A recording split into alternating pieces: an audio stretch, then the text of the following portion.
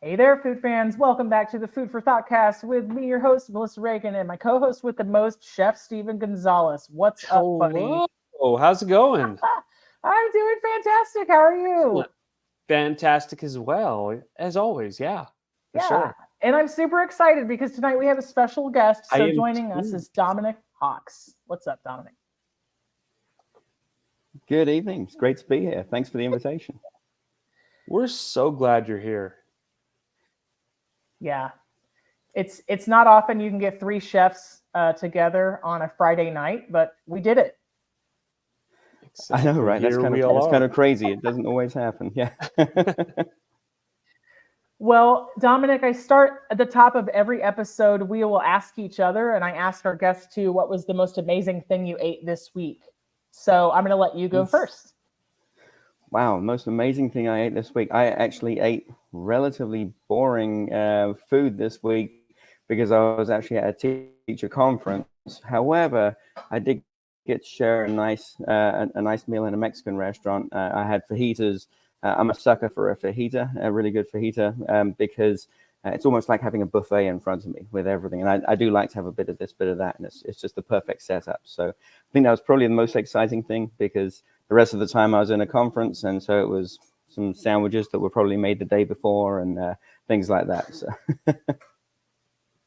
Hey, I don't mind like a conference box lunch though, sometimes. Yeah, they're not that bad. I promise.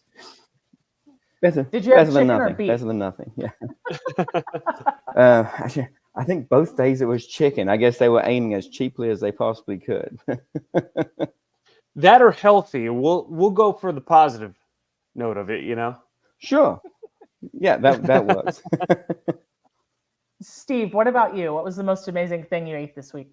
The most amazing thing that we had this week was a turkey burger with Cambogia blue cheese and a homemade peach preserve that my friend's wife made, which is amazing. So, like, the balance of those flavors all together, out of this world. Nice. Love Yeah. that. Nice. What about I you? love sweet and savory. Uh, Exactly. Yeah. I'm a fiend for sweet and savory. I'm Mhm. always seeking it out. Mhm. My mom and I went out for sushi. We had quite possibly like the most ridiculously named roll I've ever heard, but it was called an Oklahoma roll. And it was fried shrimp, cream Okay. cheese, tuna, avocado, masago, like tempura flakes, so little crunchies, green onions, and eel sauce. And it worked. It worked. I feel like I Wow. need to keep That's counting, ingredients with that one. Yeah. it's like a book, a book in a Right? roll. Wow. So, Dominic, obviously, I have to ask where you're originally from. We can hear the accent. So I have the accent. What are you Yeah, talking just a about? No. little. So I'm originally from I'm originally from England, the northern suburbs of London. I've been over here since '98, so I've been over here for a little while. Certainly, everybody back home always tells me just how American I sound. I said, well, I'm kind of surrounded by them, but it's I was I buying the love accent. I I love promise you. being yeah, but I love being over here though. It's neat, and I love living in the South. We're here right on the border of North and South Carolina where we live, and Excellent. it's nice and warm right now. The sun's just about setting, so it's becoming bearable outside again. But I love the warm weather, and it seems like the warmth goes with the people as well. So I love that too. Oh, I love Wonderful. to hear that. Any big like food culture shocks? Obviously cuisine wise. Like, was there anything that just caught you way off guard? So, well, a few things. So, coming over from, I grew up in the London area. So, and I got my first start in London. Being in London, whatever you want to have, London really isn't a British city anymore. It's a cosmopolitan city of a bit of everything from the whole world. So, it's kind of neat to be able to experience growing up. Then I came to Charlotte. Now, back in '98, Charlotte was not the city it is today. Today, it's definitely a much more cosmopolitan, a lot more fusions coming together. But back then, it was much smaller. Definitely nowhere near as much going on. Um, so that was a little bit of a culture shock. Nations Bank, or Bank of America as it is now, brought me over, and I worked in corporate food services. on the top 2 floors of the corporate center in Uptown Charlotte. And that first weekend, myself and a couple of other management interns who had come over from college, we decided we'd go back uptown so we can kind of explore on our own schedule, not have to be back in the kitchen, back in the in food services. And we were blown away when we got to the center of Uptown Charlotte, and we literally could have laid down in the middle of the road because it was just desolate. There was no one there. After 5 o'clock Friday evening, the whole of Charlotte used to clear out, and there was really not much going on. Now, fast forward to now, it's the exact opposite. I mean, it is a lively city now. So they've done a really good job on that. But that was definitely a bit of a culture shock because I'm used to, in the middle of London, 3 o'clock in the morning, there's something to do. It never sleeps. There's always things going on. So that was very different. Now, in terms of different foods, I just had a couple of conversations with a few people about things like Thanksgiving. When I was just at the a conference 2 weeks ago down in San Antonio, the North Carolina sweet potato farmers were there, and they were and so they were talking all about their products and the different ways you can use it, and it's so much better than Idaho potatoes. And it's like, okay, all right, yeah. Obviously they're selling their things. Shots fired. But Wow. I know, right? This is like, okay, there's room in the kitchen for both of you.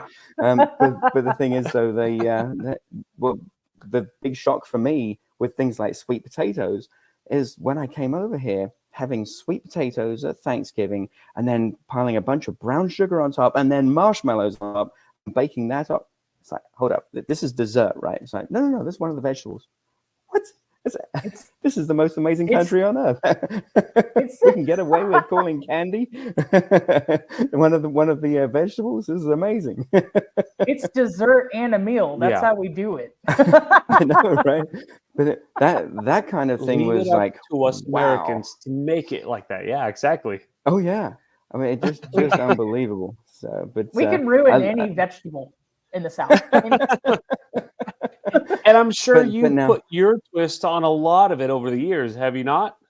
Oh, I like to because then it's when we have like Thanksgiving or Christmas meal, then I love to do a big roast because that's a big thing in Britain. That's something I grew up with. Every weekend, right before we'd go out to church, my mum would get the roast meal in for Sunday lunch, and so it would be roast lamb, roast chicken, roast turkey, roast pork, whatever it would be. She'd get it in the oven right before we'd get home from mass, and the aromas of the roast would be there when we get back. And so I always love a roast meal. It just brings me back to that time. But the like we always have things like Yorkshire puddings or popovers as similar favorite kind of product to them.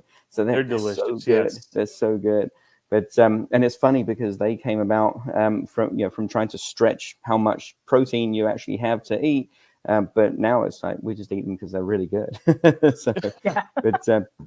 But one thing, so like my mother, she would always cook up collard greens. She wouldn't normally go and put like quite as much pork products in them as you get in the South. But she would take the drippings from whatever the roast was and put those in there. So you'd always have those flavors from whatever that roast was as well in there. But so coming over to the US and coming to the South, where we have the most amazing collard greens. I mean, I love collard greens. And just having like where it's almost the same amount of pork products to ratio to It's the like actual 50, collard greens. 50. I feel like we hit this podcast running. Like we just went from 0 to 100. We went from like 0 that, to salt Wow. pork in 60 seconds. It's amazing. Don't get me wrong. Like I loved every moment of this. Don't get me wrong, but wow. We just like skipped all the questions. I love Oh, it. sorry. I love it. No, No. we love this. It's Yeah, great. But It's certainly, great. It's great. we totally get this. certainly But having, a lot of the listeners are gonna be going like, "Wait a from, minute, where did they start from?" Oh wow. So, do I need to go back and listen? Did I miss something? But yeah, no, it's Right. We got to go back about it's 20 it's things like years that. or so. Yeah. But it's things like that, having the collard greens in my youth to now, and just there's a lot of similarities. It's and obviously because a lot of people came over from the British Isles, looking for their future in the United States. But there's a lot of similarities and a lot of things we have, so that's kind of a neat thing to be able to see as well. That It's amazing. There's lots of really cool fusions, but there's some other things which are very similar as well.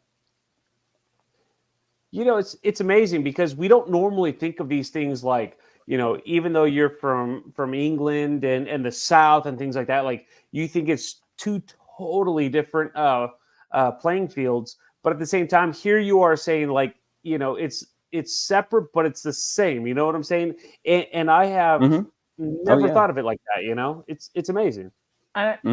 Maybe this shows how ignorant I am, but like you saying that your mom could collard greens broke my brain. Exactly. Same. Yes. I feel like we're going to go from 0 to 16 on a lot of different topics, and I love it. I totally love it. Yeah. Well, it's something that I try to get my students, especially my upper level students in the culinary school, to try and really grasp is what they have from their own childhoods and why it's part of their childhood. Because when they start looking at their family heritage, and so I ask, so I have 3 levels. I should probably explain a little. I have 3 levels of students. I have my intro students, level 1 students, and then level 2 students.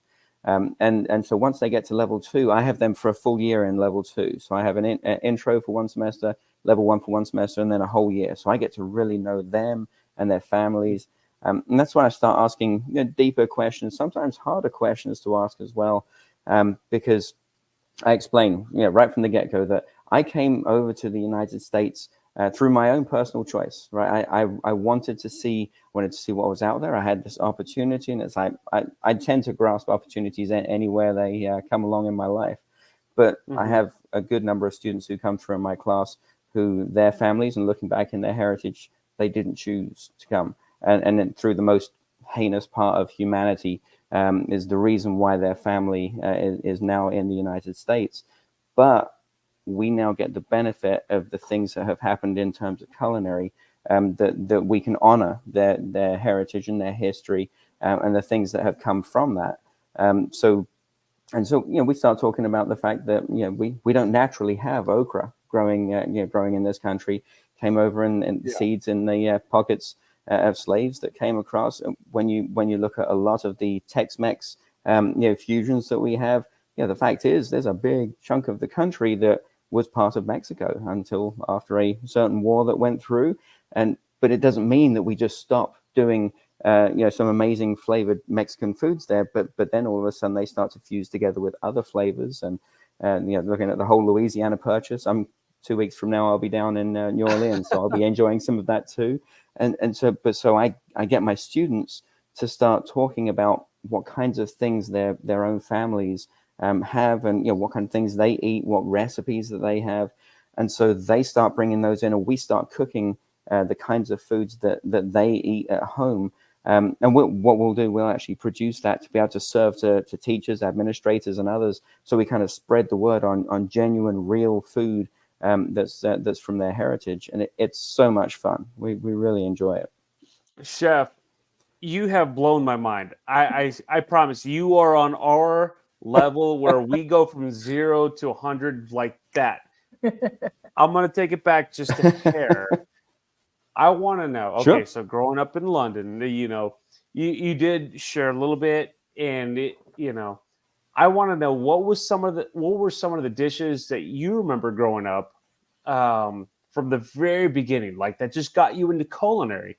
Like I feel like our listeners are like, okay, this guy really knows his stuff, but what got you into culinary? We all have a story that starts like from like age 3, age 5, maybe 6 or 7. Mm-hmm. What's your story? Oh, yeah. Growing up, we want to know about that. So my mother, and a lot of people, that's the key characteristic that kind of moves through with a lot of people. My mother was a qualified chef. She never actually went into the culinary industry. She went to college, got all of the knowledge, and then she actually started working for an organization called Bernardo's, which is they had children's homes for orphan children. And so she would do some cooking for them, but she learned how to cook, and she honed those skills almost more in a home ec kind of way than in a classical kitchen kind of way. But she would always be cooking. And so when she had a family, I have two older brothers and a younger sister, so we have a fairly good sized family. And so she would always cook. I mean, I don't really remember us really eating out that much. Maybe on Friday we might get some fish and chips from the fish and chip shop, because that's England. And then, things like McDonald's. There was a McDonald's I remember because we've been to it with my family since I've taken them when we've gone over in Westminster in London. That was the first McDonald's I ever went to, and we would go there about once or twice a year. I mean, it was literally like a special treat to go to McDonald's. Whereas now there are people in this country who literally wouldn't be alive if McDonald's wasn't there to produce food for them. So, I just didn't grow up with eating out that much apart from special occasions. And so every night my mum would be cooking something. So, and so every night there would be something different. So I talk about the roast meals on Sundays. Well, so then on Monday, chances are that might be a chicken pot pie. Although, do you guys know what we call chicken pot pie in England? Chicken pie. No. We just don't say chicken pie. It's it's just one of those just funny regular Americanisms. pie. Like, why do we call it chicken pot pie? It's just chicken pie. Because when I first came over, it's like, chicken pot pie. What's in there? It's just chicken pie. I can do that. If you're in Pennsylvania though, it gets cooked in a pot. Like right. So that's where you get the pot from, The pot comes in, right. Yeah. But she would always be cooking up things like I remember one specific recipe, ginger nut hollows, which were these really good ginger cookies that would puff up and then kind of collapse in on themselves as they would come out together, kind of almost like souffling up and then crushing back down. So they would have this chewy center to them. They were just the best cookies ever. And so I would always, if I had a hankering for something sweet, hey, Mum, can we make some ginger nut hollows? Sure. And so I started working more with her, doing things with her, and so there would always be these things like that we'd really enjoy. But then, but there were never any leftovers. So on Monday, it might be that chicken pie or it might be chicken curry. We eat a lot of curries in Britain. It's the most popular dish in Britain. So I'm going to interrupt you, and I apologize. But now that you're talking about that, so is it more than just like a curry powder? Is there like a lot of ingredients that go into like this chicken curry? So, whenever I cook with curry, it's just like a lot of curry powder more than anything else. What makes a good curry for y'all? Well, and wait, see, this is the thing. And so when students ask me what my favorite dish is, and I say curry, they immediately just start thinking of, like the Indian subcontinent, those types of curries. But this is where I had the benefit of living in the London area, because having things like goat curry, which were like having a Caribbean goat curry. My own heart here. Just amazing. But then Southeast Asian, if you're going to have some of that, like the Thai or the Penang. Right. Exactly. And so you got more fruit-based kind of notes kind of coming through, some citrusy notes coming through. But then, I love the classical, looking at the Indian curries as well. But even then, if you look at Goa, a little island off India, most curries there are vegetarian. Because a lot of people on the island are vegetarian, so you can curry anything. But so me personally, and my wife, she's a native Charlottean, but she has an equal love of curries. But our favorite curry is chicken tikka, which is technically a cheetah curry, kind of like butter chicken. It's a cheetah curry. It's one of the ones that was made for the British palate, because we were wimps, so it's like we didn't want it to be too fiery. But although when I make my chicken tikka, I normally add a little extra in there just so that it has a little more potency to it, because I normally sear I normally sear that dried chicken a little bit more so that the spices on the outside get a little bit more fiery. They get a little more caramelized up and a little more fiery before we add in the sauce. But I enjoy the yogurt and tomato flavors that are in there, because it gives that a little bit of acidity and the richness to it all as well. Right. Yeah. And, I made something recently with curry that I think you'll know and understand. I made coronation chicken salad. as a meal prep. Hey, nice, Hey. nice. So Queen Elizabeth II will be looking down on us, smiling this evening. She is Right. well pleased. Yes. I don't think maybe people weren't using canned chicken, but they had like rations at the time. But Right, I right. don't know, but like it was delicious. So Oh, Yeah. Oh yeah, no, it's great. When it's interesting because now I would need to look up because trends tend to take a little while to continue on to before they really prove themselves. But that's one that when the Queen was coronated, that was the main dish of the day. That was a celebratory dish of the finger day. sandwiches. Right. Now, but Interesting. now, does anyone remember which ones Charles had? I don't remember, but I know they had them. I read about them on the week leading up to it that they had. Oh yeah, this is going to be the next thing. I felt like this Coronation is a Chicken trick probably question still here. holding it. Okay, so now I have to Google it. Let's just stand by. Okay. Well, I have to give you a little bit of a ribbing, Dominic, because the running joke is that the country conquered all the places with the good spices, but then turned around and refused to use them. So I know, right? It's, and that's the thing that luckily thankfully in my lifetime things have definitely changed because back if you look in the 60s and 70s, I mean Britain was known for terrible food, and the only good thing going for it was things like fish and chips, but then when you look at since then there's certainly been a lot more development in things and a willingness to try new things and create new fusions, and that's really what saved it. Because if you look at the French term à l'anglaise, then it literally means boiled, like the English. Yeah. Right. Right. So so if you say like carrot à l'anglaise, it's boiled carrots. The French were ribbing us for hundreds of years now. So look, boeuf d'anglais, boiled beef. Thanks a lot. Yeah, I bet that just really fueled your fire to make it 10 times better, right? Exactly. But the French they kind of commanded culinary for a hot minute there. So if they said it, it must be true. It's like on the internet, right? It must be. If it's on Facebook, then it's true. If it's on the internet, maybe. Maybe. So I've got our answer here. They had coronation quiche. King Charles and Camilla picked this. It ended up being a light pastry with spinach, broad beans, and tarragon. Which I'm sorry, that sounds terrible. Yeah, it's like, can we throw a little bacon in? Can we throw a little bacon in there or something? A ham or something? Ham. Something. Look, what's the really great English cheddar that I'm thinking of? The name is just escaping my brain. It's called English cheddar. No. There's like a Winchester cheddar. There's a few different ones. Yeah. But when you get like a really mature one that's like nutty because it's been aged for like 18 months in a cave somewhere. Parmesan quality, it's like a crystallization. Right. Can we put that in a quiche? I mean, please. I mean, please. Wow. That just sounds good too. I'm okay with the spinach, but the beans, it's like, come on. broad beans don't go in eggs. That's weird. So for me, broad beans don't go with anything, but it's just not my thing. So yeah. So you were talking about being a culinary school instructor, correct?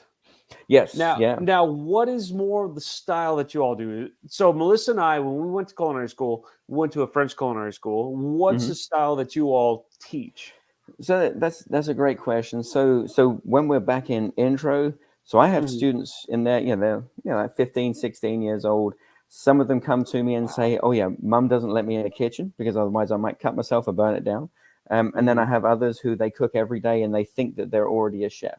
So what I have to do in intro, this is where we have to kind of start over fresh, and I have to explain to them, you have to be very open to what we're going to do, so that you can benefit from it. Because when you're in the kitchen, it's like we have secret codes on things, and most of them are in French. So we start off looking at food safety at first.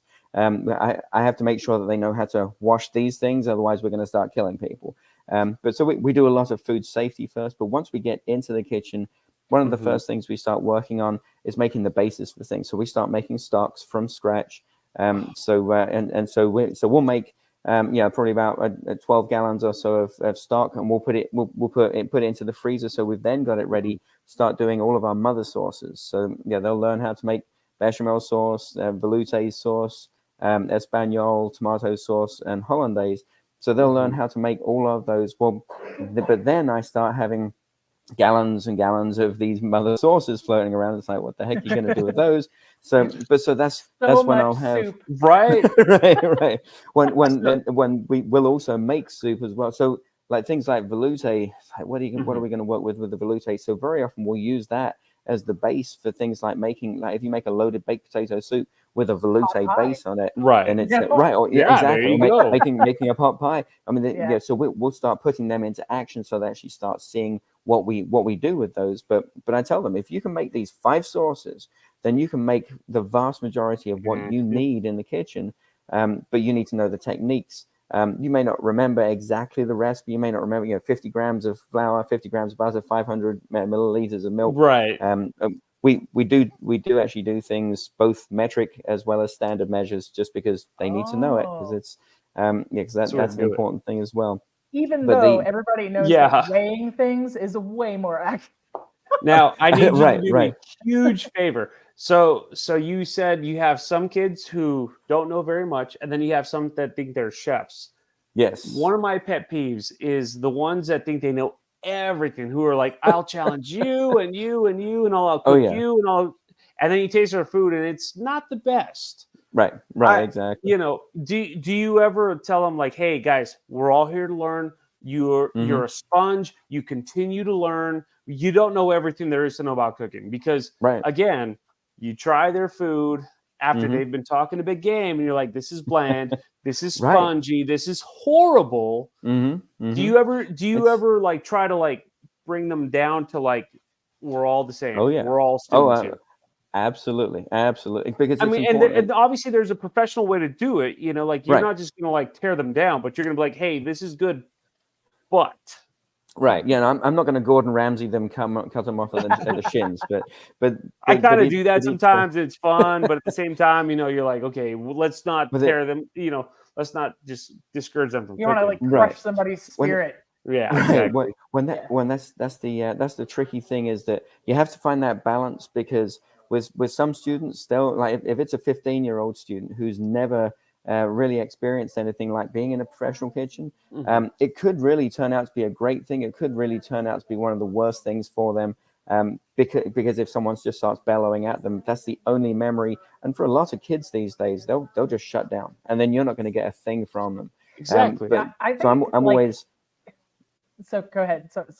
Well, I was going to say, I'm always trying to build bridges with them, but they do have to understand that lumpy bechamel just not going to work out because when you dump all of that milk straight on top, then it just made a bunch of lumps. Then you have to pay attention. You've got to be reading that recipe. It's really important while you're getting used to these things. Now, if you're working in a professional kitchen, you may not need to look at that specific recipe anymore, especially if it's been on the menu for the last 3 months and you're making it every day. Then you can just knock it out. But while you're learning, you have to follow that recipe. It's key. There are times when we have to have that conversation and talking about bland food. They a lot of them, especially if they think that they know it all, because they've got this genius machine here, and they just there we go. TikTok just taught me how to. I'm good. I can do it all. And but the thing is, go ahead. I was going to say, so it's things like when we make chicken stock. So my level ones learn how to fabricate whole chickens. We don't buy any chicken parts. We buy whole chickens. They're a lot cheaper. My budget doesn't stretch too far, so that's how we make it work. I can buy whole chickens. The level ones will fabricate dozens of chickens, because and then that way they get really good at it. We use those bones. We'll roast those off, make a really good chicken stock. But when they're making the stock, so the intros will make the stock though. So they get the delivery of the bones. They create the mirepoix, so they start to work on their knife skills, because it's important that they can just even hold the knife and understand how to be able to slice things up without losing some of these things, because mum gets always upset every time they come up with 9. And but you have to send them home the same way they came. I know, right? Yeah. It's so inconvenient, but it's such an expectation. so then so they're making the mirepoix, and they're learning the lingo of all this as well, and then they've got the bones, and then they'll be making the sachet de piece or the bouquet garni, and so but very often they'll see the bouquet garni. It's like, does this really make that much of a difference? Does it really matter? Mm-hmm. Why are we throwing all these vegetables in here that I just took a whole length of time to cut all these up? And because at that stage I'm having them actually practice their knife skills. It's not just rough mirepoix, because I want them to start refining it, and then we throw them in the stock. And it's like, what do you mean we're going to throw them out afterwards? But so what we do, I was actually taught this technique by a lecturer up in Northern Arizona State University, is that roast the bones and simmer the bones separately, then simmer the mirepoix, and then simmer the sachet de piece or the bouquet garni all separately. So you make 3 separate teas, and then have the students taste them separately with no seasoning on them once they're fully cooked, and then add them all together, have them taste it, and all of a sudden there's layers of flavor in there. And then start to season it, and then taste it, and whoa, this is dramatic. That's brilliant. Like, that's what I find in home cooks most of the time. They just don't understand how to build and layer flavors. Right. Or they're afraid of color. They're afraid of putting enough color on something. And I mean, it's so really good to like learn the kind of the why we do things. Yeah. And I find that the further I get in my career, I like to push back just a little bit. Like if I'm cooking at home, right? Like, I'm really glad I learned all the classic ways to do everything. I can also make you béarnaise in 4 minutes with the microwave, right? Yeah. But I would not be able to pump it out. I mean, like if I'm in a restaurant and the bechamel turns lumpy, I'm going to hide in a corner and push it through a chinois real quick, right? Right, exactly. There's ways to fix it. Yeah. I mean, there's right is right and wrong is wrong. But the reason I can do that is because somebody taught me, just like you did, the real way to do it. Mm-hmm. Right. And the reason why I ask about ego is because I can remember in my past growing up, like I thought I was good at what I did. And I worked with a kid one time who had a huge ego. Again, I'll outcook you. And when it came to something as simple as fish and chips, he got frozen fish, threw it in the fryer, and brought it back up, bland as can be, and put potato chips. And it was greasy fish with potato chips. And ever since then, I thought, okay, I thought I knew a thing or two. You know what? I don't know nothing. I'm a student, From there on, I just checked my ego every single time. And again, like I said, every time you have someone with an ego, you're like, we're going to see what this guy's about. If it's legit, then cool. If not, I'm not really I'm going to take it with a grain of salt, So, right. So, I mean, it's important. Well, just like you're saying, everyone on this earth has the ability to learn, and everyone should take that opportunity to learn as well. That's why. Well, this is why my summer is so busy, and why I'm really bad at being a teacher that takes the summer off, because I love to learn. And so I've just went to a conference just last week for career and technical education teachers. So it's all about all of the different studies that you do with your hands, with my fellow teachers from the Career Center. And then the week before, I was at a culinary one with Cafe. And in 2 weeks from now, I'll be down in New Orleans. Like I said, I'll be at Nochi with all of the ProStart teachers down there as well. I just like being able to mix with other chefs and talk about things and learn from them. Because there's always something. Every day I can always grasp something. Dominic, tell everybody what you recently won.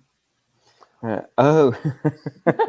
don't like to talk about things like that. But it was very kind of them. So the South Carolina Association for Career and Technical Educators made me their Teacher of the Year this year. So it's incredibly kind of them. And I don't know. I guess I'm kind of messed up in my. In my weird little mind, because now I feel like I have to prove it. Every chef is like their own worst critic, but you deserve that. That's amazing. Well, so for anybody that hasn't caught on, because I'm the worst host ever, I did not tell everybody what Dominic does. Obviously, he's culinary instructor for a living. And for anybody who didn't know the things he's talking about, we'll go back. So mirepoix is going to be 50% onion to 25% celery to 25% carrot, usually all cut the same size. Bouquet de garni or sachet de piece is going to be little cheesecloth, peppercorns, thyme, maybe garlic cloves. At home, Yeah. I don't keep Mhm. cheesecloth on hand. If you're at home and you don't have cheesecloth, use a coffee filter, wrap a little twist tie Yep. around it, and you can fish it Yep. out. And then Mhm. what else? And that's The why I always stock. say, like, you're So one of my important. favorites so far because we're going 0 to 60. And even though we know everything that you're talking about, like a lot of our listeners don't, and that's fine Oops. because Okay. it's so easy to get like caught up and be like, oh yeah, I know exactly what he's talking about. This is awesome. This is amazing. So But yes, you just keep talking. I'm going to keep listening. I'm that- enjoying this thoroughly. that's what happens though when you're passionate. I mean, I think that's so Yeah. Mhm. admirable for even you could not catch me in a school. I don't have the wherewithal. I mean, maybe patience is it. It's not Oh, that yeah. I think that I can't learn or can't be taught. I know I don't know everything. I've been doing it for 20 years, 21 Mhm. years. Yeah. Just Mhm. learned something new today. Oh yeah. Like, Oh yeah. you know, What'd you learn? it was on the computer, but still. Doesn't matter. What'd you learn? We I- always learn. Yeah, I did learn that, and that's the question I asked my staff too. Like, you know, I learned how to mirror a laptop on a TV screen. Nice. know Yeah. I kind of knew how to do it, but I didn't know like the finer points of it, and it's helpful for my position. So Yeah. that's what I did, And you know? again, it continues with we all teach each other, we all bring each other up, Mhm. and I'm a big fan of that. Like that is one of my favorite things is we're going to talk about food, we're going to talk about what we love, and we're just going to bring each other up. Mhm. Anyone that tears each other down, in my opinion, you ain't got the time. You don't have my time. But like Right. I love the fact that we're just, when you have someone who's like-minded, we always just want to teach each other. We want to talk and just have Mhm. fun with it. You know what I'm saying? So Oh yeah. I'm going to continue on with this and say, okay, so cooking in the kitchen. It sounds like you have a lot of fun teaching the kids. One of my favorite things, and Melissa's as well, is we love music and food. Like for me, that's a big thing, Mhm. and I might be implying a lot from Melissa. So like, what's one of your favorite things with food? Is it like music? Do you just like teaching the food? Like what energizes you? You know? What's your ultimate night at home cooking? Like, Yeah. what is it? Is it the favorite thing? Is it getting a group together in the kitchen? Thank you Is for it letting my hosting? plate. Yes, exactly. Yes. What is it, Don? We want to know. So actually, one of the most fun things that we do is actually and it very often it actually ends up being on a Friday night, and it's the student's choice. I don't know how they keep coming up with it, but so we have the Pro Start competition each year happens right at the beginning of March for the South Carolina one. So each state has their own competition, and then whoever wins that goes on to nationals. And they had that in Maryland this last year. So we have a team that goes and competes. There's culinary and management. We're actually considering doing the management one as well this coming year. That'll be the first time we do that, so we'll give it a go. But when we do the culinary one these last several years, we all the students that choose to come in, we do it after school. And they choose the day, and it just seems to work out very often that Friday's the day when they don't have other things going on with sports and everything else. And so we'll come in, and they have to produce a 3-course meal in an hour or less, like starting from scratch. There's no pre-prepping or anything. You're not allowed to do any knife cuts or anything else like that. 3-course meal in an hour or less. No electricity and no running water. So you have to. You have to actually. I know, right? So Wow. you can't have any electrical equipment or anything like that. Everything has to That be is hand not where I driven. was expecting that to go. Wow. Go on. Sorry. Well, the great thing is it levels the playing field because you can have one career center that may have the biggest budget in the world, but at the end of the day, and another one that's on the struggle bus when it comes to financing. But at the end of the day, it doesn't matter because you can't bring that high-tech piece of equipment because there's nowhere to plug it in. So it's neat because it levels the playing field. It's a student-driven thing as well. So I'm not going to come in and say, okay, here's the menu, here's the appetizer, entree, dessert, recipe sheets. I'm going to teach you how to do these, and that's what we're doing for competition. It all comes from them. So we sit down, we discuss, okay, what kinds of things do you want to do? Do you want to come out and have some kind of a theme behind the menu, and then they start to develop it. And so from October through March, when they actually compete, is when every week they'll meet. And we'll take off for Christmas, but beyond that, every single week, all the way through, on whichever night, very often it turns out to be Friday night, we'll be in the kitchen, and until probably about 7:30 in the evening, they'll have everything finished up, and then we all sit down at a big table, and we all have a family meal with what they've produced. We take pictures of it. We start critiquing it. We start pulling it all apart, and so that way, and then they start making plans for, okay, does this dish go out? Is it not going to work for what we want? Or do we start to tweak it? Do we start changing things? And it's just really fun. So the collaboration there, week after week after week, they just really come up with some really cool things, and they blow me away every time. They really work hard at it. To really kind of get those little nuances that makes it a little bit better every time. I absolutely love that. I feel like you're slacking by taking Christmas off. I know, right? Absolutely love it. And that's the glory of being a teacher now, is that Christmas is like, have to get those what am I doing Christmas? Not working. You have to get those kids ready for the industry. If you it doesn't matter, man. If you don't work Christmas, how are they going to know that they have to work Christmas? Oh, it's one of the glorious things I get. So, like Mother's Day, I didn't even know what Mother's Day was like. I mean, my wife didn't get to enjoy Mother's Day. We got two kids. One of them, our daughter Tate, she's almost 22 years old. It was only 5 years ago when I started being a teacher that I finally was at home, that I wasn't taking care of every other mother. Every Mother's Day.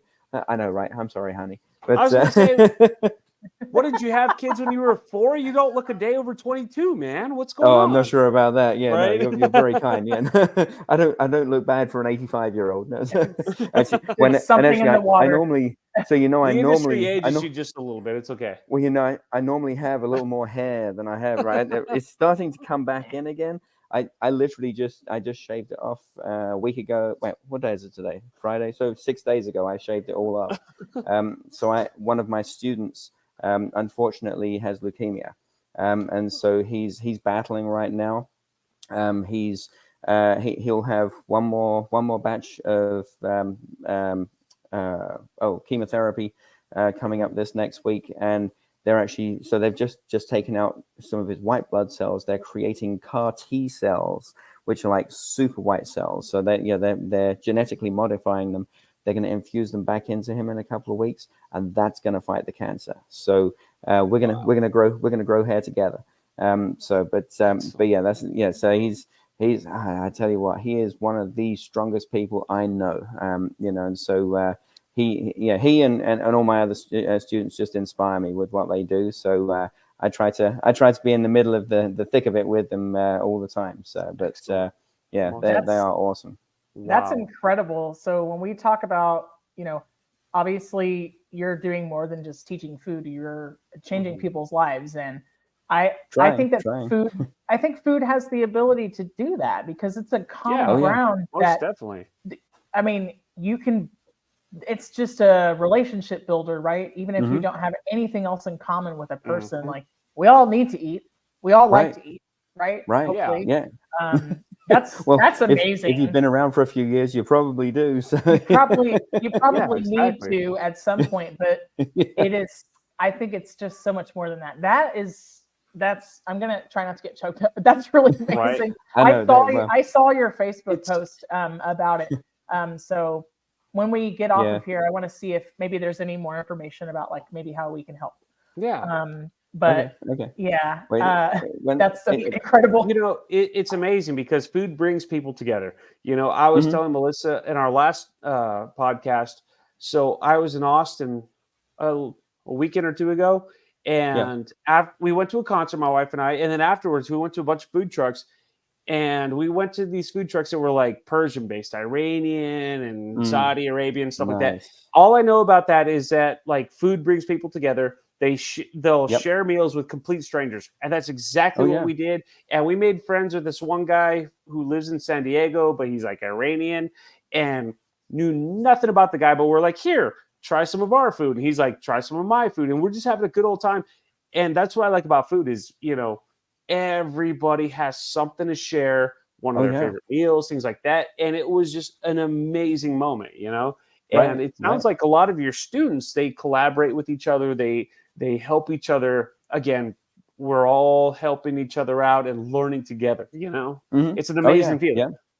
When the really cool thing that I enjoy about what I get to do now. So I have 4 high schools that come into our career center. They feed Hmm. into our career center, and so between those 4 high schools, we have one which is so Lancaster County itself is basically a suburb of Charlotte. We're in South Carolina because Charlotte's right on the border, just in North Carolina. And so it has a panhandle that kind of sticks up into Mecklenburg County in Charlotte. So that's Indian land there. So that's a relatively affluent suburb of Charlotte. That's where a lot of the smart people who have realized, hang on a minute, I can have twice the amount of land and I can pay way less taxes if I live right over the border, and it's just as convenient. And so that's where they go. So it's actually one of the fastest growing parts of the United States at the moment. So that means our school district is also one of the fastest growing in the United States right now. So we've got lots of individuals who live there. Then in the city of Lancaster, that's where we have a like an urban school that's right in the very center of Lancaster there, and the struggles that you can sometimes get there with socioeconomic struggles that you can deal with there.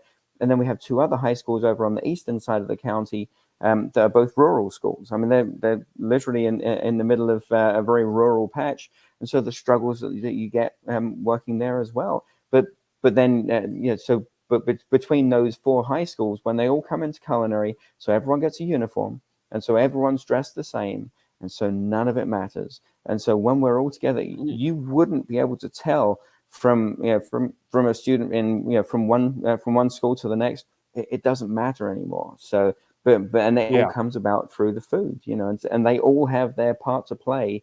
When it comes to it, they all have their struggles, they all have their challenges in life, because there is no one who has the perfect easy life.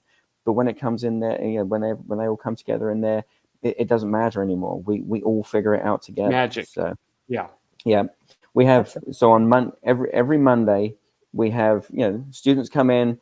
They just spent the weekend just on their computer, or they may have spent the weekend working. Because a lot of them, especially my upper levels, they work a lot as well. So it's not unusual to have a student come in Monday morning and their head gets kind of heavy and they're, because it's Monday, everyone has a case of the Mondays. So what I like to do is I like to have Immerse Yourself Monday, because I need to invigorate the students, shake out the cobwebs and get going, because we're going to go in the kitchen. We're in the kitchen every day. So I've got to get them energized and really focusing back in on what counts in our class as quick as possible. So we have Immerse Yourself Monday, where you get 30 seconds or less, because there's only so much time we have to talk about something food related that you experienced. So you made something, mum made something, you went out to a really nice restaurant, or you went out to a terrible restaurant, or you saw something on the internet, or you saw, so it starts them all off. It's a voluntary thing, because there are some students, me included, when I was their age, I was the shy little kid. I pushed myself to try and be an extrovert, but truly I'm not. And but that's what I had to push myself out of my shell. So I understand some of them have the similar kind of thing going on, but I do encourage them with an extra 100 grade, so that way hopefully it draws them out. Because guess what? You're the subject matter expert on what you got to eat this weekend. So you can talk about it with knowledge and with power. And so I'll have some students, they'll talk about, especially my upper level students, they'll come in and like, oh yeah, I had a meal over at O'Charlie's, because my brother likes to eat at O'Charlie's, and it was the worst meal I ever had. As I walked in, I saw there was a tear on the awning, the bathrooms were filthy, the service was terrible, but actually my burger was pretty good. They did cook it medium for me, so that works out pretty good. And they'll go into so much detail. But then I'll have another, like an intro student who, the one who isn't allowed to go in the kitchen, they'll like, oh, I had a Pop-Tart. Okay, so Hey, I could just leave it. How did you make that Pop-Tart special is the question. And that's the thing. And that's where it's like, I've got to draw something more than just, I had a Pop-Tart. Okay, what flavor is your favorite? I like strawberry. Oh, okay, fair enough. So how do you cook it? Well, what do you mean?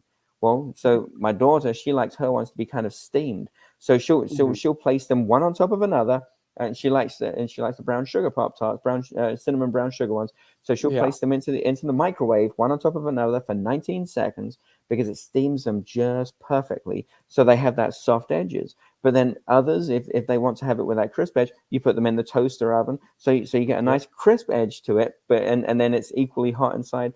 Or if you like my son, he doesn't eat them very often, but he'll have a Pop Tart just right out the packet, and I'm just like, dude, I'm just saying, if you make the corners too moist, how are you supposed to drop it into the floorboard of your car? I know, right? Yeah. Because if you don't have crumbs on the floor, it was wrong. Meanwhile, I'm like, if you're not toasting your Pop-Tarts with butter, then you're doing it all wrong. Are you really living, you know? Well, you put some salted butter on there, then it's like seasoning the top of it up. Yeah. That's the really amazing thing, though, is like we in this business, or even, you know, people who call themselves foodies. I kind of hate that term. That's why the podcast intro says food fans. You're right. Because I think it's just overused and really doesn't mean anything anymore. But no matter which part of, if you're in the business or not in the business or whatever, like we can argue about opinions all day, but ultimately what you like is what you like. Right. And you don't even have to justify that. I like peanut butter and jelly on a burger. A lot of people don't like that. Wow. I like Taco Bell. A lot of people don't like that. I don't care. I've also eaten in Michelin star restaurants, but when I want Taco Bell, I want Taco Bell. You know, and I have given her a hard time many times about eating Taco Bell. As disgusting as it is, her perception is her reality, and that's okay, because I have my interesting, right? Yeah, like exactly. In this country, it's like we have almost lost the ability to let each other have an opinion. Right. And it seeps into food too. It's like something so innocuous and benign as food, right? It's like, and maybe that was the most amazing thing your student had, right? It was a Pop-Tart. Maybe they live in a food desert, but they don't have to feel like it makes them more or less than somebody else, you know? I mean, I think that's like that's an amazing exercise. And that's a very profound thing to say, because of course, like, I have my own food channel, and there are times where people are like, how dare you call this and this and this and blah, blah, blah. And I'll tell them, this is what I like. You need to slow your roll, because this is how I like it. Doesn't mean that it's, 100%, perfect. This is what I like. So again, if your student likes cinnamon frosted Pop-Tarts or regular Pop-Tarts, that doesn't matter. How did you make it, and how did it make you happy? What put a smile on your face? And I guarantee you, as soon as you ask them that question, they're going to open up, no matter how shy they are. It's amazing, you know? Oh yeah. I love it. It makes it so much fun, and that way we start off Monday strong, rather than it being because I know for a lot of students, they just tell, I just hate Mondays, and it's like, well, then we need to change that. We need to make it so where Monday is where you look forward to what we're going to do this week. So, and that's what I always try to build. And when I tell my students, it's very important for me. So I make it very important for them, because you set the tone for your class. Is that I say this is a safe space. So I never want to hear from anybody saying anything negative about someone else's eating habits or what someone else got to eat. That's super important to me. Unless you like Taco Bell, like Melissa. Otherwise, well, there is that. It's that ever important saying: "Don't yuck someone else's yum." Yeah. Exactly. And sometimes you'll have it where people just they'll just dispel something as that's just garbage. It's like, have you really had it, or is it just your impression? Because there's so many people who poo-poo foods and they've just never really had it before, but they think they don't like it. And that's a barrier I have to get over with a lot of my students. I actually have them on their syllabus. I have them write down, and their parent as well, because they have to sign it and their parent has to sign it to say if they have any allergies, or if there's if there's any religious beliefs, because I have to be very careful with that as well, respecting them as well. But if it's not on your syllabus, and so 3 weeks in, we're roasting up some Brussels sprouts with some onions, caramelized onions, and some bacon, and we're making them really good. And they say, I'm allergic to those. It's like, well, let's have a look. Mum says no, so you're going to be tasty. Well, I don't like Brussels sprouts. But have you ever had them done this way? No, but I just know You just because they tell look them like, Let's explore. do you like Yeah, needles? Because I have an EpiPen in my desk. right. So you can eat like a tiny cabbage, a tiny delicious cabbage. Right. Or, and you know. and it's amazing though when they taste these things, because I don't like cabbage. Well, you probably don't even know but then when they start tasting them, or things like broccoli. Yeah, when we go and throw some broccoli on a skillet with a little butter on or some olive oil in there, just salt and pepper, and just browning the edges of it. And I don't like, they're like trees. I don't like. And it's like, well, it's part of your employability grade, so you got to at least taste it. And Mum says you're not allergic to it, so you can. And they'll taste it and be like, oh, this is pretty good, chef. It's like, I know I'm not trying to poison you. And that ties into the check your ego. We're gonna have a blast with this, and even talking about this food podcast, Melissa has given me a lot of. She's made fun of me because I'm not a big fan of like dill and pickles and stuff like that. But from like the first episode that I did till now, I'm slowly starting to come around to dill pickles, dill in particular. And she makes fun of me, but at the same time, we're learning together. Am I right?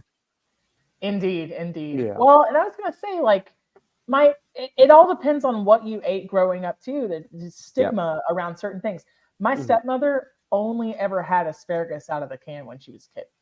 So the first time I ever cooked it was like 2 pounds of butter and lemon juice and Parmesan and like on a cookie sheet, like broiled in the, not even blanched it because it'll just ruin it, right? Just straight from raw, like, break them off where they naturally break and all that.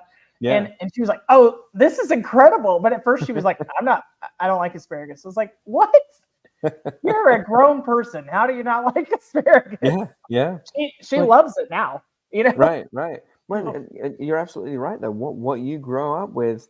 So I'll have students where they'll tell me, oh, I had a steak at whichever restaurant, or my mum or dad, when grilled up steaks. Oh, and I always ask, how do you like it cooked? And there'll be some who, it's kind of interesting. So the school that's next door to us, the inner city type school, more of the time, more of those students will say, I have it medium rare I have it medium well or well. And then out in the two rural schools, I'll hear more rare or medium rare, and because they're hunters and so they literally used to working with meat. So they'll be shooting deer. But even still, and that's where it comes down to your family history as to what kinds of methods were used to cook things and how they were cooked. And none of us eat rare chicken, right? I mean, because it may be possible. We don't. I do. I think you could only do it once, but you could. Right. Yeah, 165 people, 165. Right. But not translucent. It's not a piece of salmon. Right. Yeah. But that's the thing is that it would be alien for pretty much anyone who I know to eat some chicken medium rare. Well, there are students who I have and people in my life, who I know that looking at a steak is the same way, is having that steak being medium rare is like having medium rare chicken, and it just can't happen because that's all I've ever known. So trying to change that up a little bit when we work on that. Pork is the one that throws me for the loop the most. If you eat pork and then people are still cooking it until it turns gray and it turns into sawdust. It's like, hey, like we basically eradicated trichinosis in the 70s. Right. So like Exactly. It's gonna be all right. Right. You can just sear it off now, keep it, and that's the thing. There's a lot of pork. I mean, you have pork tenderloin, then there's so little fat. You don't want to overcook this, people.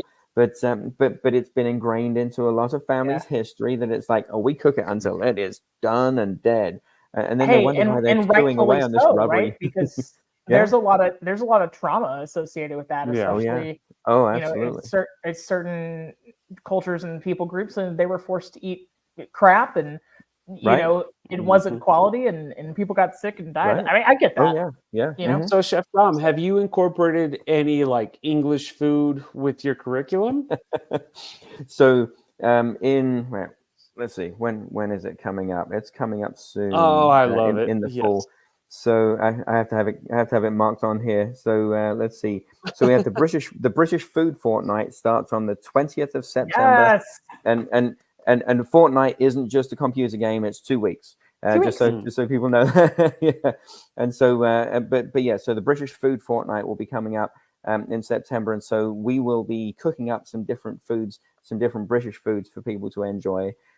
So we'll do things like we might do some toad in the hole, which there's no frogs involved, but so all it is good. yeah, Damn, I love it. Just, I like well, toads. just some pork link sausages in a batter where you're basically making Yorkshire pudding that kind of grows up around the toads, being the sausages in there. And we'll make a really good, and that's one of the places where we'll make a really good espagnole, like a caramelized onion espagnole to go with it. So you got a great rich gravy. And then we'll probably do some buttered carrots where we'll literally we'll cook the carrots with just the smallest amount of water. And we normally do them in tilt skillets, so we have a very broad kind of spectrum to go and work a lot on of surface area. Surface area, Yeah. exactly. And so we'll just about have them covered with water, and then a bunch of butter in there and a touch of salt, so that as it starts to reduce down and cook the carrots, then it starts to glaze them over as well. No Sprite or 7-Up to make it Vichy. So, well, yeah, I know, right? It's like, Oh, man. we could, but well, No. I see if I can import some water from Vichy and make those carrots cost about $3 million. It's all the name. It's all the name. Right. And then but now those people in Vichy, so they're cooking their carrots in water, and in England we're cooking it and it's a la anglaise. But everything's the same thing, just one's a bit bubblier than the other, right? But the French like to rib us. It's all the name. Well, I don't know if I know that you went back and listened to one episode, which was so gracious because it was the worst sound-wise episode that we've ever recorded. It was awesome. But I don't know if you've heard my joke about the difference between mashed potatoes and potato puree.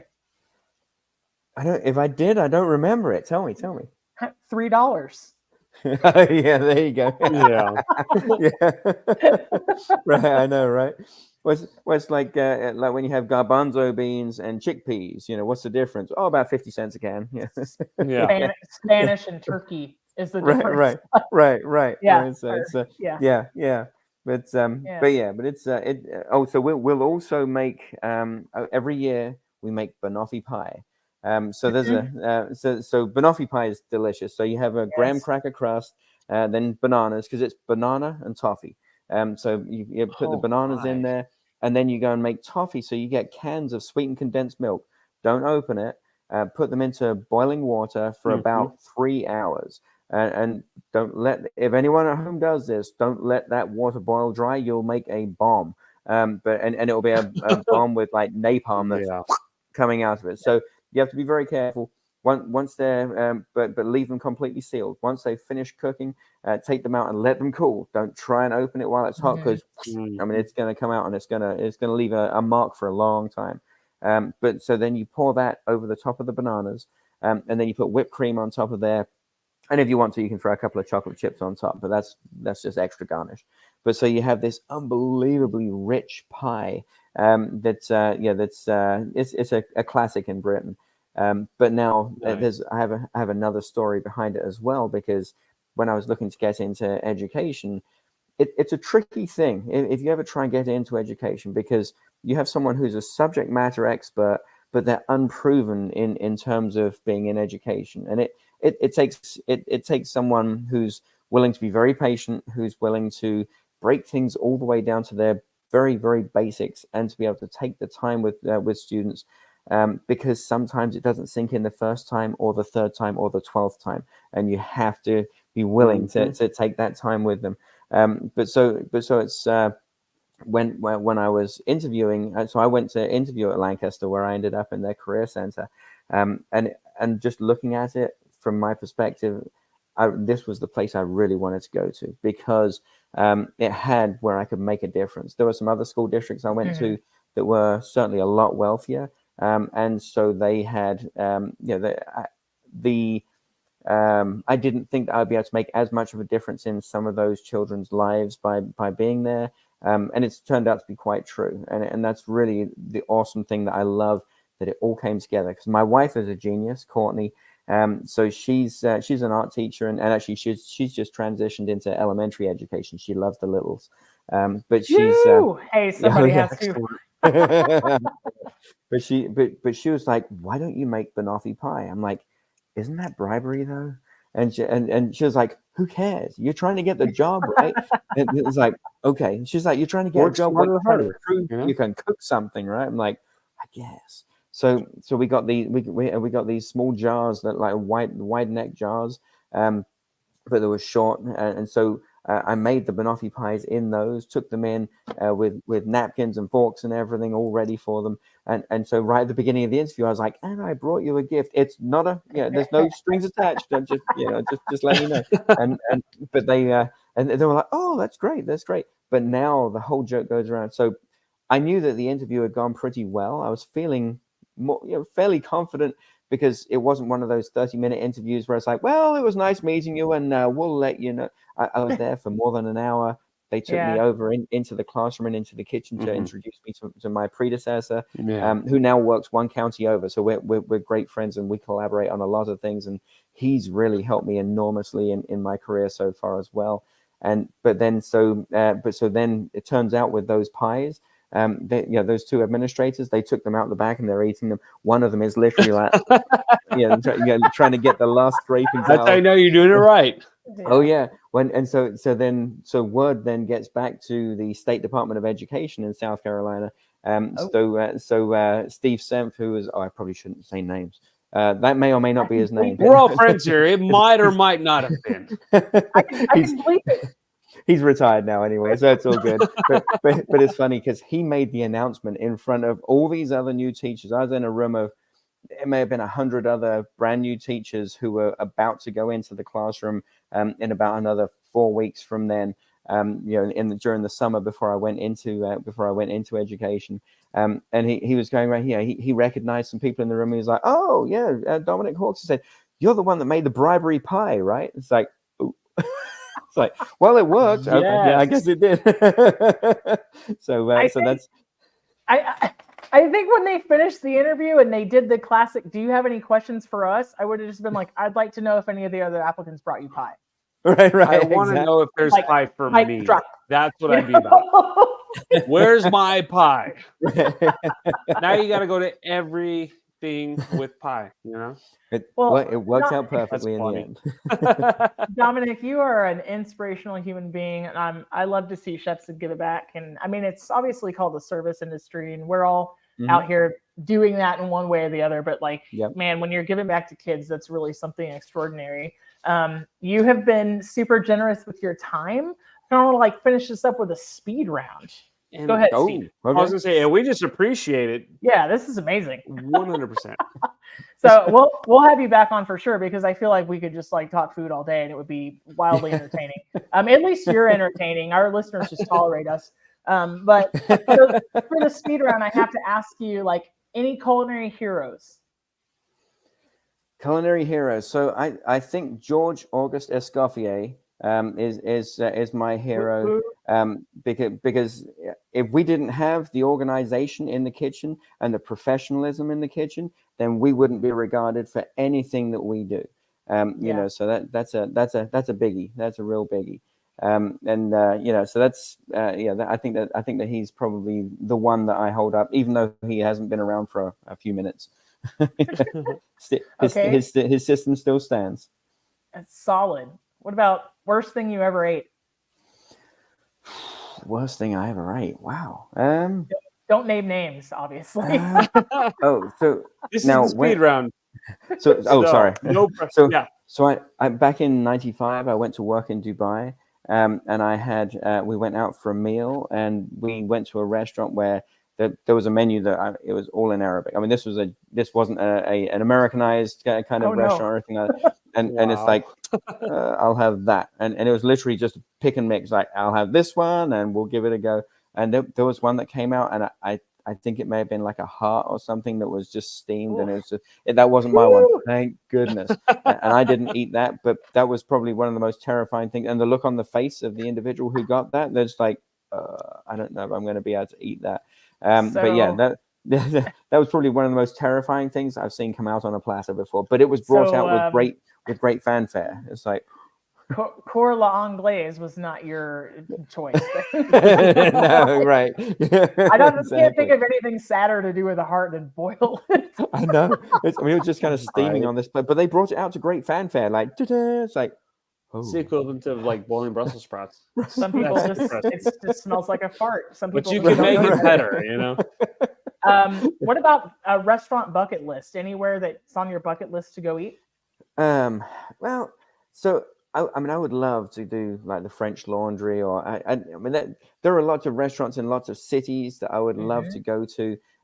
But you know, there's one that I would love to go back to, which was we've gone on a lot of road trips. We've as a family, the four of us have road tripped in 45 of the 50 states so far.